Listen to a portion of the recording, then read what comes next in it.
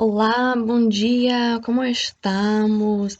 Gente, faz muito tempo que eu não faço um vídeo para vocês, desculpa. So today I want to do a huge review on all the verb tenses in Portuguese. It's not going to be super in-depth because if I did do super in-depth, it would be like 2 hours long.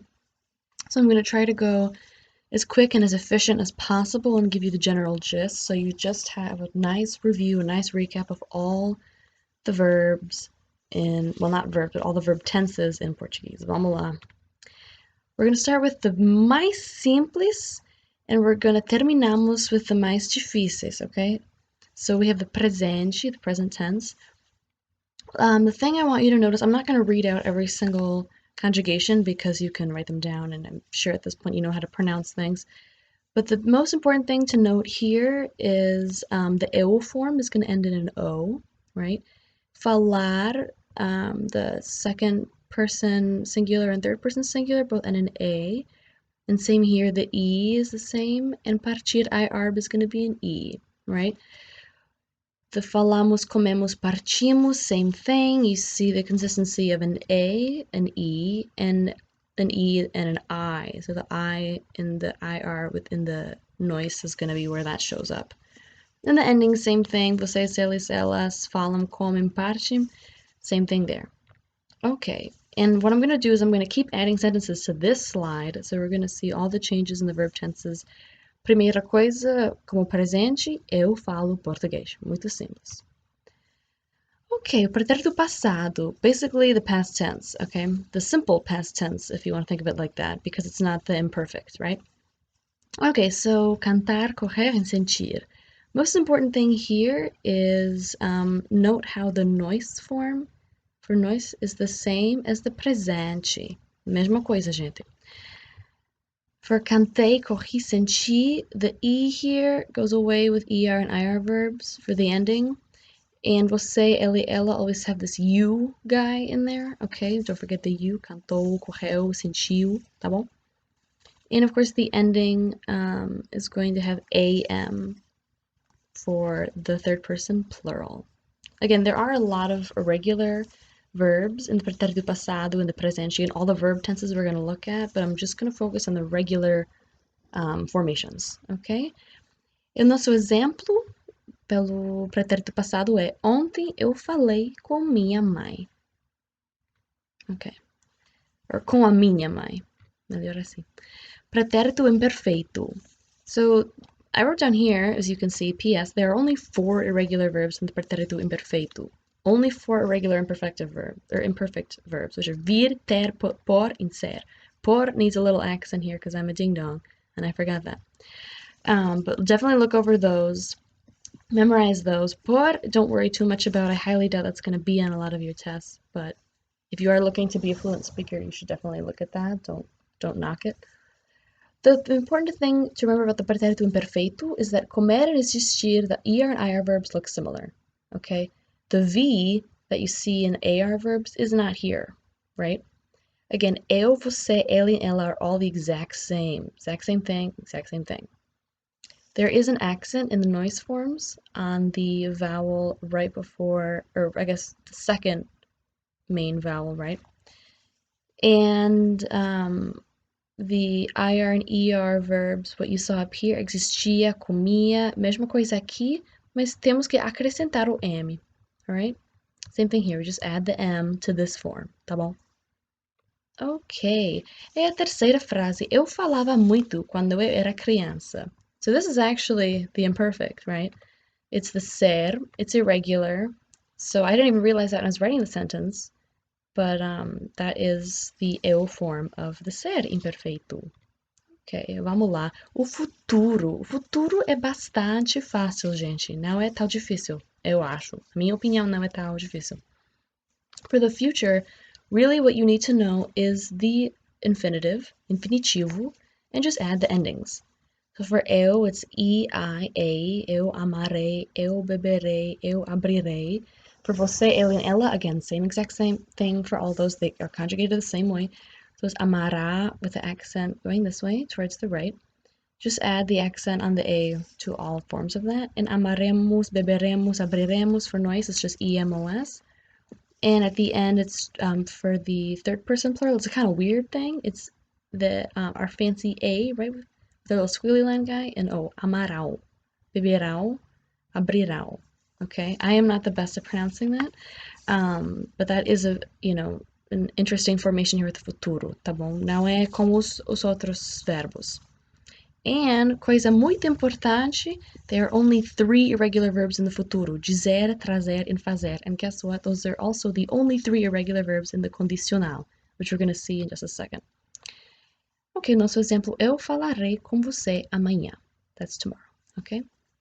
So I will talk to you tomorrow. Okay. O pretérito perfeito composto. Okay, so don't worry, this and the next one, the pretérito mais que perfeito composto, are confused a lot, and people think they're really hard, but they're really not.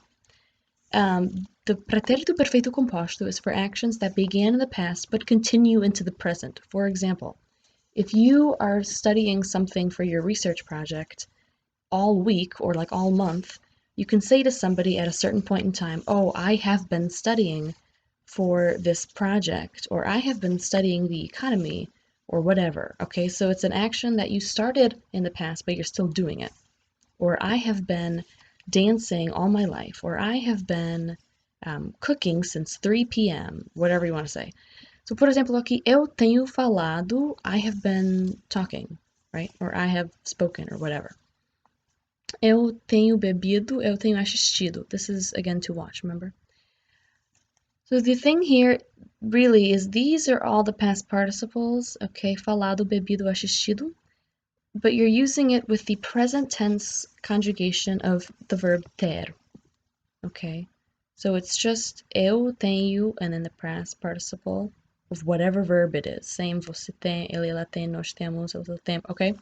It's really not that simple, using the present tense of ter with the past participle for the pretérito perfeito composto, actions that began in the past but continue into the present, like eu tenho falado disso a semana toda.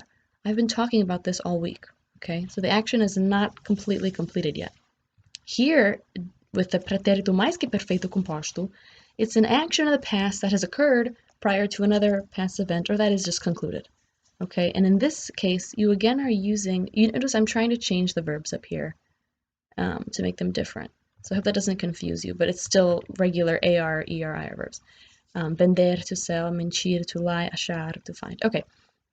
So what's happening with the pretérito mais que perfeito composto is that you're again going to use the past participle of the verb, right, of the infinitive you're looking at, so achado, vendido, mentido, with the imperfeito of ter, okay? Remember how I said earlier that the imperfeito has 4 irregular verbs? Okay, well, ter is one of them, and that is what you're going to be using to form this verb tense, is the imperfect of ter and the past participle. An example of this tense, eu tinha falado antes de terminar a prova.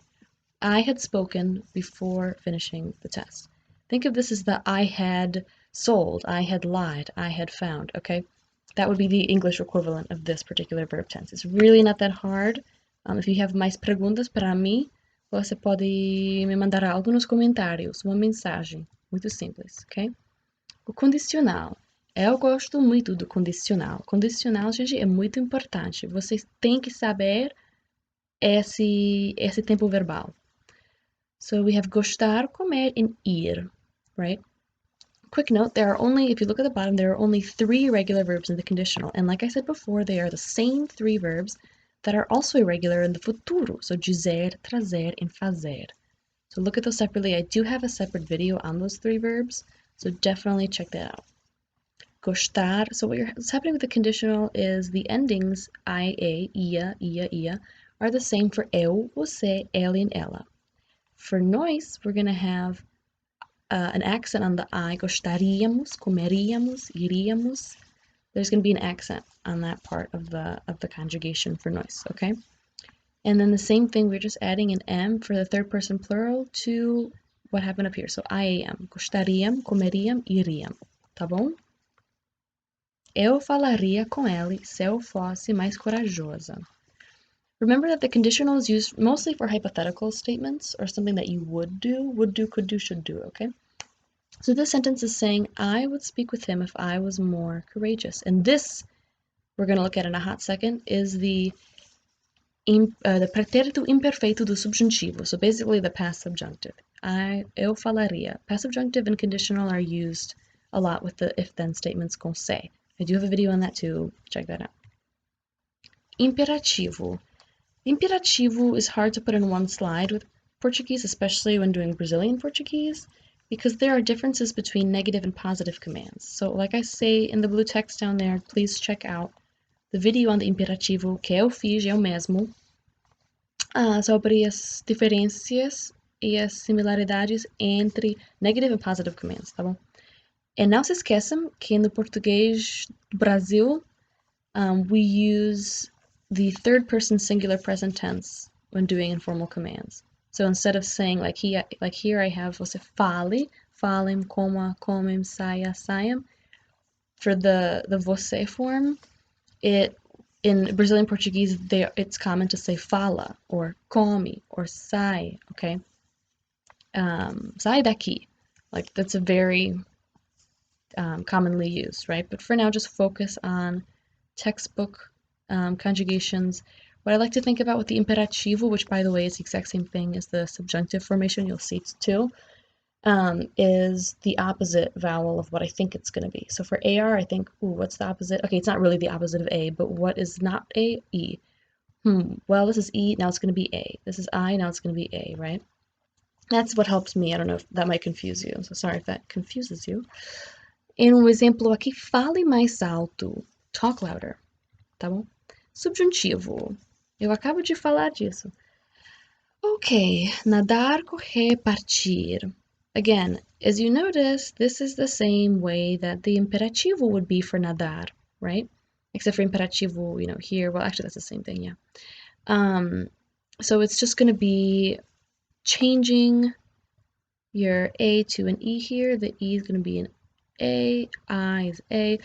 And this one is pretty, it's the same from eu, você, ele, ela, mesma coisa, mesma conjugação aqui. For nós, é, uma conjugação muito similar. It's very similar, okay, to what we normally see with noise, except for this vowel right here. That's the key thing to know, is the vowels.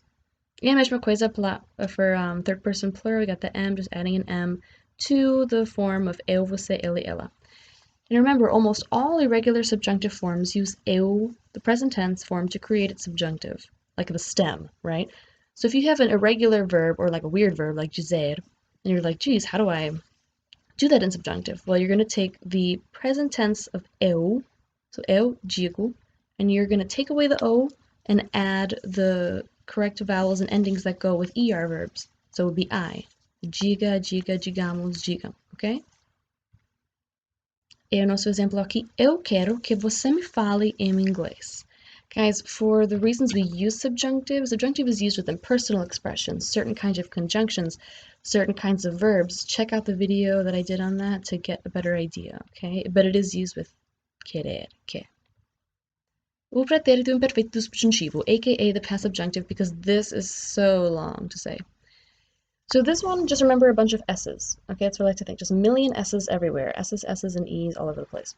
It's not that hard. Again, eu, você, ele, ela is the same conjugação, mesma forma, para eles, same thing, right? Remember the accent for the noise form chegássemos, bebêssemos, partíssemos, okay? Normally the E is going to be a hat guy, the hat accent, which eu me esqueci do nome desse acento. Ai, desculpa. Não me lembro. And then again, for vocês, eles, elas, you're just adding an M to the forma aqui, desses pronomes, ok? É bastante fácil. E o exemplo que eu fiz para vocês, eu recomendei que você fizesse o dever de casa. Okay, so fizesse looks weird, right? But really it's not too bad, okay? Because you're using a irregular root, or a stem, excuse me. So definitely go over, I do have a video on the pretérito imperfeito subjuntivo. I think I called it the past subjunctive, so check that out for better clarification on those irregular verbs. And the futuro do subjuntivo, which I think is our last, and I think it's my favorite. you take the third person plural of the pretérito passado. Pretérito passado is, oh my god, so much is happening, is this. So pretérito passado, okay, great. This is what it looks like, right? It's the verb with am at the end. Ótimo. Okay, so what we're going to do is we're going to take that third person, onde tá? Okay. We're going to take the third person plural of the pretérito passado, drop the am, and add the future endings, which, by the way, really aren't zero. Because you can see this is just the infinitive. Falar, falar, falar, correr, sair. It's just the infinitive. The weirdo ones, the weird guys, are for nós, which we just add mos, falarmos, corremos, sairmos. And for the third person plural, we add em. Okay, tá bom? So that, if you ever have doubts, that is how you form the futuro do subjuntivo. You have to go back to the pretérito passado. If you don't know o pretérito passado, você não pode usar o futuro subjuntivo corretamente. Não será possível.